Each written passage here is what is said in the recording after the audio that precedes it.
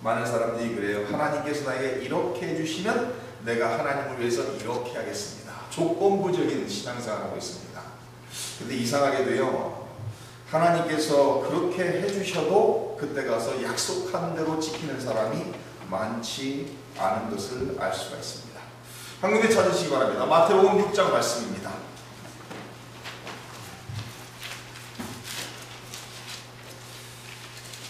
마태복음 6장 25절 말씀입니다. 제가 성경 말씀 중에 가장 좋아하는 말씀 중에 하나인데요. 이렇게 말씀을 기록하고 있습니다. 6장 25절부터 봅니다. 그러므로 내가 너에게 이르노니 목숨을 위하여 무엇을 먹을까 무엇을 마실까 몸을 위하여 무엇을 입을까 염려하지 말라.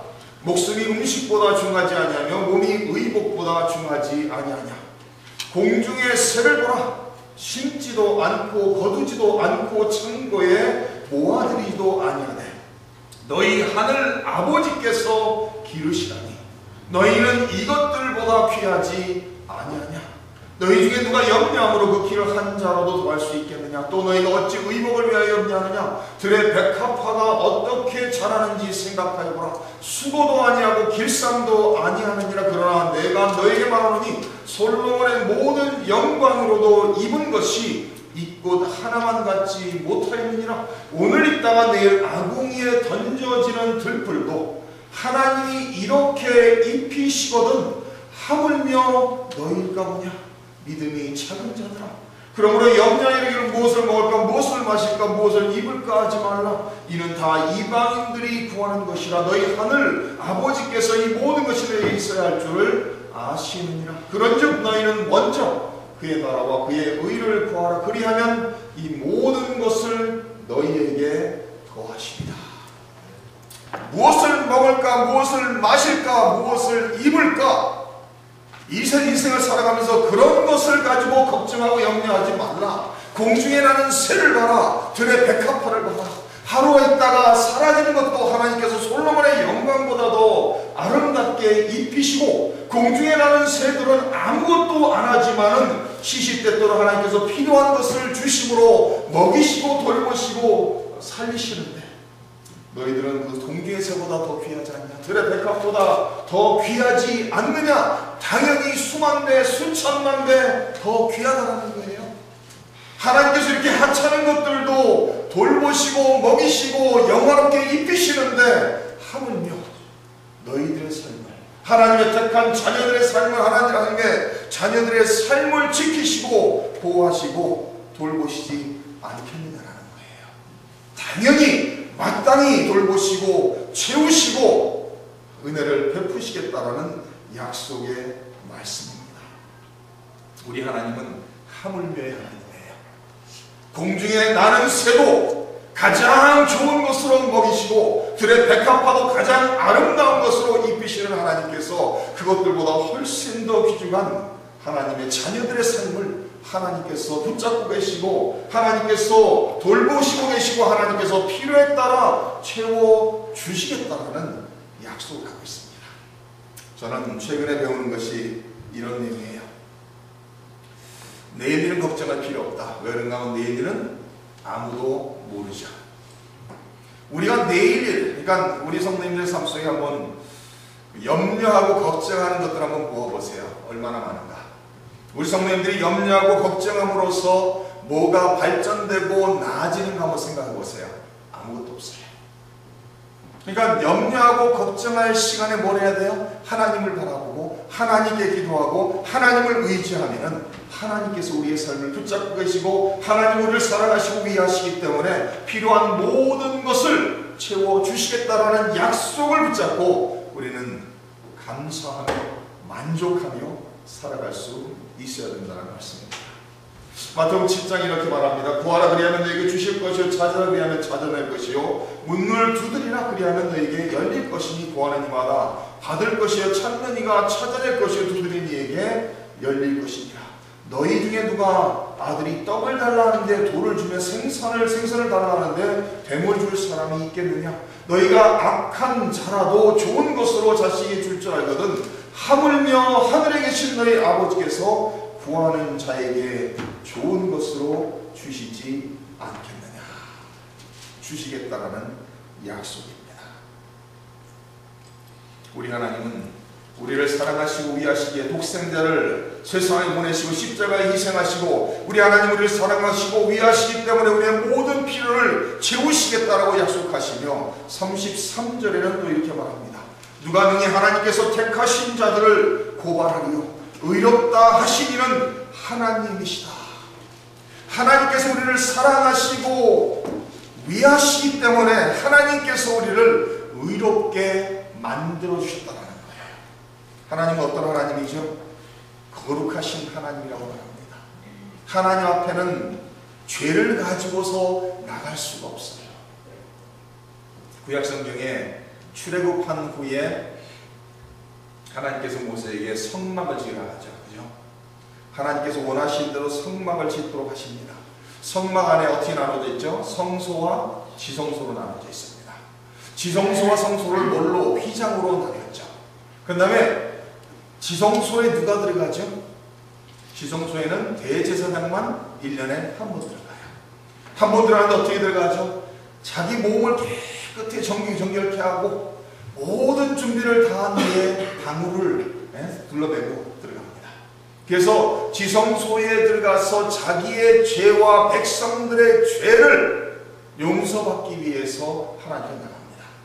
그런데 지성소에 들어가서 대제사장이 움직일 때마다 방울 소리가 납니다. 근데 방울 소리가 멈추는 순간 하나님이 치셔서 죽은 거예요. 그러면 방울을 매다는 그 줄을 끄집어내서 대제사장을 끌어냅니다. 무슨 말이죠? 하나님 앞에는 죄인이 나갈 수 없다는 거예요. 그래서 하나님 앞에 나가기 위해서는 우리는 의인이어야 된다는 거예요. 예수님께서 처음 오셨을 때는 죄인을 위해서 오셨습니다. 죄인을 위해서 십자가에 죽으셨습니다. 그러나 예수님께서 언젠가 다시 오시는 날에는 누구를 위해서 오시죠? 그때는 죄인 찾으러 오시는 거 아니에요. 예수님이 재림하실 때는 의인들을 찾으러 오시는 거예요. 근데 누가 우리를 의롭게 하셨어요?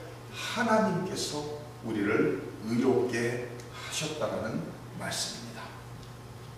로마서 3장에 이렇게 말합니다. 그리스도 예수 안에 있는 속량으로 말미암아 하나님의 은혜로 값없이 의롭다 하심을 얻은 자 되었느니라. 우리가 의롭게 된 것은 우리가 뭘 했기 때문에 이루어진 것이 아니라 하나님의 은혜로, 하나님의 사랑으로 값없이 예수 그리스도의 십자가의 죽으심, 피 흘림과 몸 찢기심, 예수님의 십자가의 희생을 통해서 우리가 의인이 됐다는 거예요. 예수님께서 십자가에 희생되심으로써 완벽한 흠이 없는 어린 양으로서 우리의 죄를 대대가를 치료시키기 위해서 십자가에 죽으심으로써 예수님을 바라보고 예수님을 믿는 사람은 하나님께서 의롭다라고 인정해 주신다는 거예요.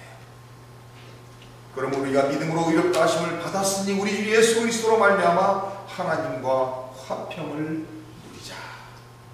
하나님의 사랑이, 하나님이 우리를 위하시기에 우리를 의롭게 만드셨습니다. 그리고 두 번째, 하나님만 우리를 위하시는 것이 아니라요, 예수님도 우리를 사랑하시고 위하신다라고 성경은 기록합니다.